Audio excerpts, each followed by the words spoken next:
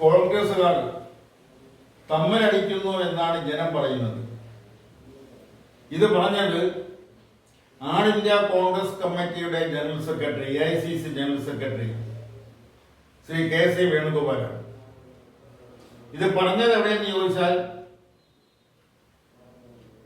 KPCCയുടെ കേരള പ്രദേശ് കോൺഗ്രസ് കമ്മിറ്റിയുടെ executive camp Wayanad ജില്ലയിലെ സുൽത്താൻ ബത്തേരിയിൽ വെച്ച് നടന്നു.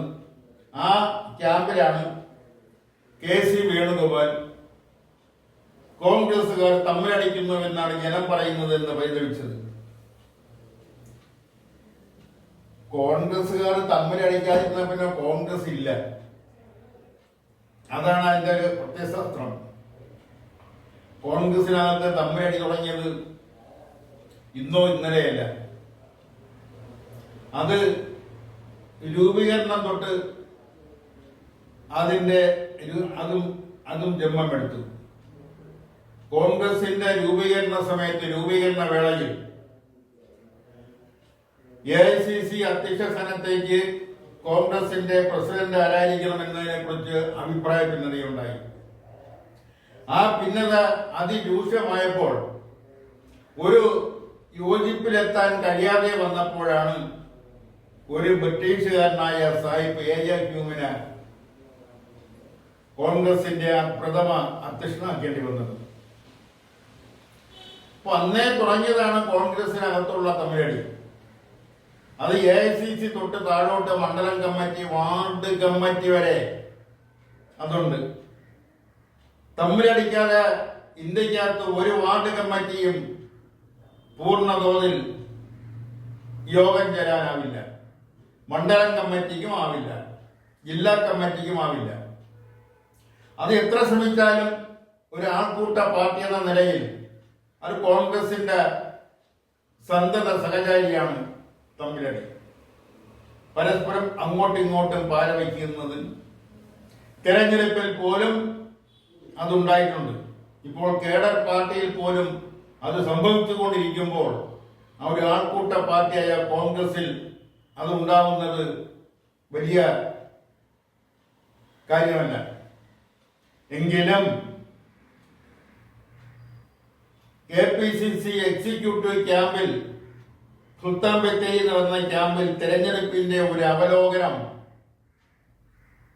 നടത്തുന്നതിന് വേണ്ടിയാണ്, ശരിയായ രീതിയിൽ ഒരു അവലോകനം നടത്തുന്നതിന് വേണ്ടിയാണ് ക്യാമ്പ് നടത്തിയത്. കേരളത്തിലെ ബഹുഭൂരിപക്ഷം സീറ്റുകളും, അതായത് 20 ലോകസഭാ സീറ്റിൽ 19 ലോകസഭാ സീറ്റും 18 ലോകസഭാ സീറ്റും കോൺഗ്രസ് പാർട്ടി നേതൃത്വം കൊടുക്കുന്ന ഐക്യ ജനാധിപത്യ മുന്നണിക്കാണ് ലഭിച്ചത്. അതിൽ മുസ്ലിം ലീഗിന്റെ 2 സീറ്റും ഒഴിച്ചാൽ ബാക്കി 16 സീറ്റുകളും കോൺഗ്രസിനാണ് ലഭിച്ചത്. 1 സീറ്റ് BJPക്കും 1 സീറ്റ് CPM-നും ലഭിച്ചു. അപ്പം അതിന്റെ എല്ലാം ഒരു തെരഞ്ഞെടുപ്പ് വിലയിരുത്തൽ, ഒരു കേഡർ പാർട്ടിയെ പോലെ ഒരു തെരഞ്ഞെടുപ്പ് വിലയിരുത്തൽ നടത്താൻ കോൺഗ്രസ് പാർട്ടി കഴിയില്ല. ഇപ്പോൾ കേഡർ പാർട്ടിക്ക് പോലും കഴിയാത്ത രാഷ്ട്രീയ സാഹചര്യമാണ് നിലവിലുള്ളത്. പ്രത്യേകിച്ചും അവർ തെരഞ്ഞെടുപ്പ് അവലോകനം നടത്തിയത് തൃശൂർ ലോക്സഭാ മണ്ഡലത്തിലാണ്. അവിടെ BJP സ്ഥാനാർത്ഥി വൻ ഭൂരിപക്ഷത്തിലാണ് ജയിച്ചത്. BJPയുടെ വളർച്ച അതീവ ഗൗരവമായി കാണണമെന്നാണ് കോൺഗ്രസിന്റെ എക്സിക്യൂട്ടീവ് ക്യാമ്പിൽ അഭിപ്രായമുണ്ടായത്. അതിനുണ്ടായ രാഷ്ട്രീയ സാഹചര്യം എന്താണെന്ന് പഠിച്ച് അതിന് പ്രതിവിധി ഇപ്പോഴേ തുടങ്ങണമെന്നാണ് ആ ക്യാമ്പിന്റെ തീരുമാനം. അത് ആ നിലയിൽ തെരഞ്ഞെടുപ്പിനെ വിലയിരുത്തേണ്ടി വന്നത്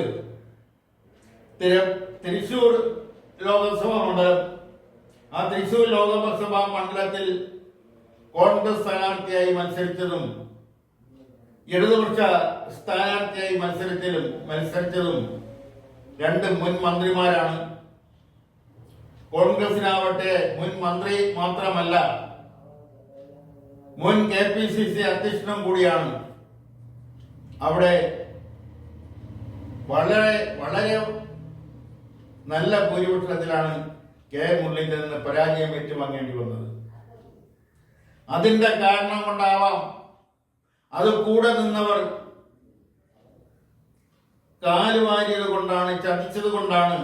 കൂടെ നിന്നവർ ബോധപൂർവം കോൺഗ്രസിന് കിട്ടിക്കൊണ്ടിരുന്ന വോട്ടുകൾ ബോധപൂർവം BJPയുടെ പെട്ടിയിലേക്ക് പോയതിന് കാരണം കോൺഗ്രസിനകത്തുള്ള ചില നേതാക്കളാണെന്നുള്ള ആരോപണം പരസ്യമായിട്ടല്ലെങ്കിലും രഹസ്യമായിട്ട് മുരളീധരൻ തെരഞ്ഞെടുപ്പ് കഴിഞ്ഞപ്പോൾ തന്നെ ഉന്നയിച്ചിരുന്നു. അതുകൊണ്ടാണ് മുരളീധരൻ രാഷ്ട്രീയം മതിയാക്കുന്നു എന്ന് പ്രഖ്യാപിക്കേണ്ടി വന്നത്. ഇപ്പോഴദ്ദേഹം പറഞ്ഞത് ചവിട്ടി പുറത്താക്കിയാൽ പോലും ഞാൻ കോൺഗ്രസ് വിട്ടു പോകില്ല എന്നാണ് അവസാനം മുരളീധരന്റെ പ്രസ്താവന. അപ്പോഴാ തൃശ്ശൂർ മണ്ഡലത്തിൽ തന്നെ തോൽപ്പിച്ചത് കൊണ്ടാണ് ഒരുപക്ഷെ എക്സിക്യൂട്ടീവ് ക്യാമ്പിൽ മുരളീധരൻ പങ്കെടുക്കാതിരുന്നത്. അതുപോലെ തന്നെയാണ് മുൻ KPCC അധ്യക്ഷൻ, മുൻ കേന്ദ്ര മന്ത്രി ശ്രീ മുല്ലപ്പള്ളി രാമചന്ദ്രനും ആ ക്യാമ്പിൽ പങ്കെടുത്തില്ല. രണ്ട് മുതിർന്ന നേതാക്കൾ, അത് മുൻ പ്രദേശ് കോൺഗ്രസ് കമ്മിറ്റിയുടെ അധ്യക്ഷന്മാർ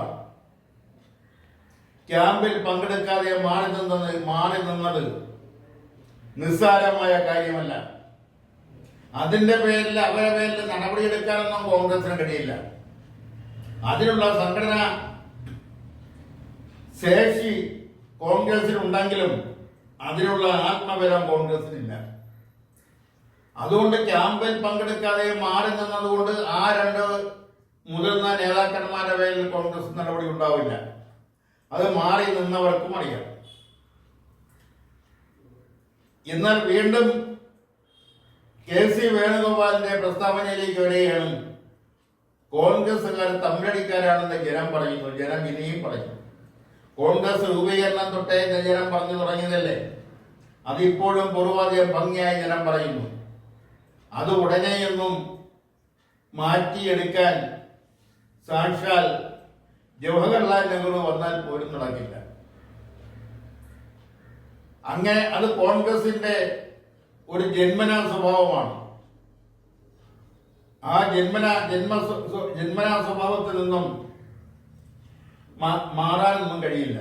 എങ്കിലും തിരഞ്ഞെടുപ്പ് വരുമ്പോൾ ചില കല്ലുകടികളൊക്കെ നിലനിൽക്കുമെങ്കിലും അവർ ഒരുമിച്ച് തിരഞ്ഞെടുപ്പ് പ്രചരണം നടത്തുന്ന വ്യത്യസ്ത ധ്രുവങ്ങളിൽ നിന്നവർ തെരഞ്ഞെടുപ്പിലെ സ്ഥാനാർത്ഥിയെ പ്രഖ്യാപിച്ച് തെരഞ്ഞെടുപ്പ് പ്രവർത്തനത്തിന്റെ ഒരു ഘട്ടം കഴിയുമ്പോൾ ഒരുമിച്ച് ഇന്ന് തെരഞ്ഞെടുപ്പിനെ നേരിടുന്ന കാഴ്ചയും കേരളം കണ്ടിട്ടുണ്ട്, കാണുന്നുമുണ്ട്. അതുകൊണ്ട് കോൺഗ്രസ് BJPയുടെ വളർച്ചയിൽ അസൂയപ്പെട്ടിട്ടോ പരിതപിച്ചിട്ടോ പ്രത്യേകിച്ച് കാര്യമൊന്നുമില്ല. എവിടെയാണോ തെറ്റുപറ്റിയത്, എവിടെയാണോ രാഷ്ട്രീയപരമായ പാപ്പരത്വം ഉണ്ടായത്, എവിടെയാണ് രാഷ്ട്രീയപരമായ തെറ്റ് സംഭവിച്ചത്, അത് കണ്ടെത്തി അതിന് ചികിത്സ നടത്തേണ്ടതാണ് കോൺഗ്രസിന്റെ നേതൃത്വം ചെയ്യേണ്ടത്. അത് KPCC മാത്രമല്ല, KPCC തൊട്ട് താഴോട്ട് വാർഡ് തലം വരെ ആ ഒരു ചികിത്സ ലഭ്യമാക്കാൻ ശ്രമിക്കണം.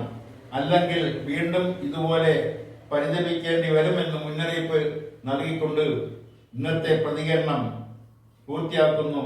നന്ദി, നമസ്കാരം.